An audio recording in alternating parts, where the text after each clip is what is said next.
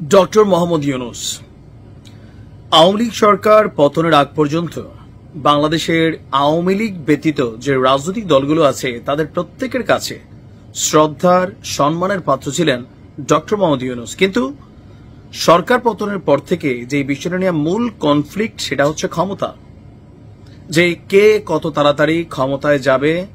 Doctor Yunus যে চেয়ারটায় বসে আছেন এই চেয়ারটাতে কত দ্রুত কেউ বসবে, উপদেষ্টারা যারা চেয়ারগুলোতে দখল করে আছেন সুখ নিচ্ছেন, সুবিধা নিচ্ছেন, মাটন খাচ্ছেন, এপিএসরা পিএসরা অনেকে টাকা টাকা কামাচ্ছেন, কেউ কেউ হয়তো এগুলার ভাগও খাচ্ছেন।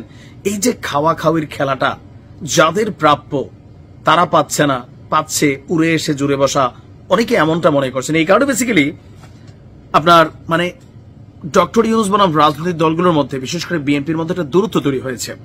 তো এই যে দূরত্বটা আছে এটা নিয়ে আমরা সমালোচনা করি, কিন্তু যখন ইন্টারন্যাশনাল লেভেলে ডক্টর মোহাম্মদ ইউনূস বের হন সেইখানে তার যখন সম্মান করা হয় এটা বাংলাদেশের সম্মান। রাইট নাও আপনি মানেন আর না মানেন তিনি বাংলাদেশের প্রধান উপদেষ্টা বা প্রধানমন্ত্রী মর্যাদার যে জায়গাটা তিনি এনজয় করছেন অথবা তিনি সেটাতে অবস্থান করছেন।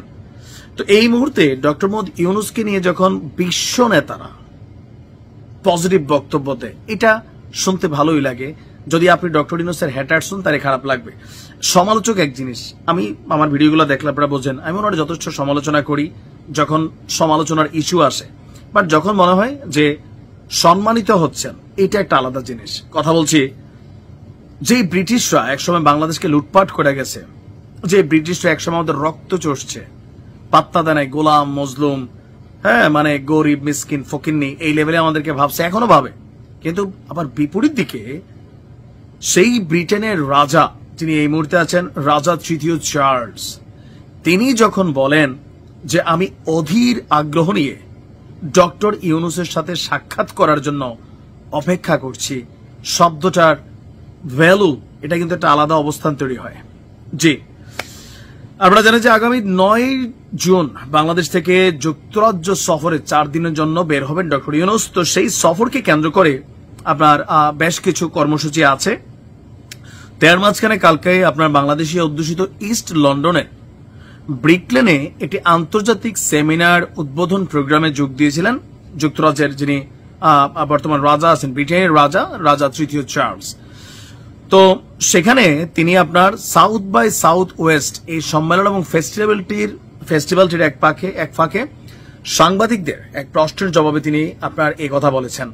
এ সময় আয়োজক কমিটির একমাত্র বাংলাদেশি বংশোদ্ভূত সদস্য যিনি আছেন আয়েশা কুরেশি, তার সাথে কথা বলেছেন রাজা তৃতীয় চার্লস।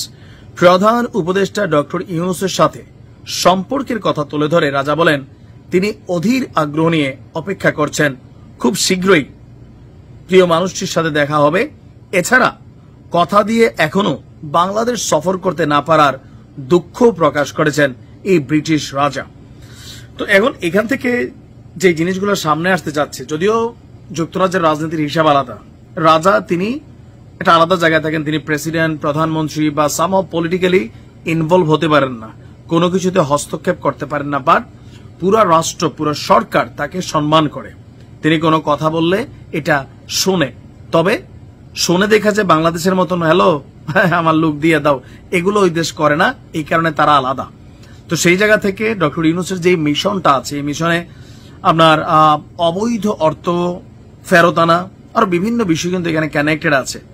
সো আমরা আশা করি রাজা তৃতীয় চার্লস যেভাবে উষ্ণতা প্রকাশ করেছেন সেই জায়গা থেকে লুটেরারা যে টাকাগুলো বাংলাদেশ থেকে বের করে নিয়ে গেছে আশা করি ওই টাকাগুলো ফেরত আনতে একটা বড় ধরনের তিনি সহযোগিতা পাবেন।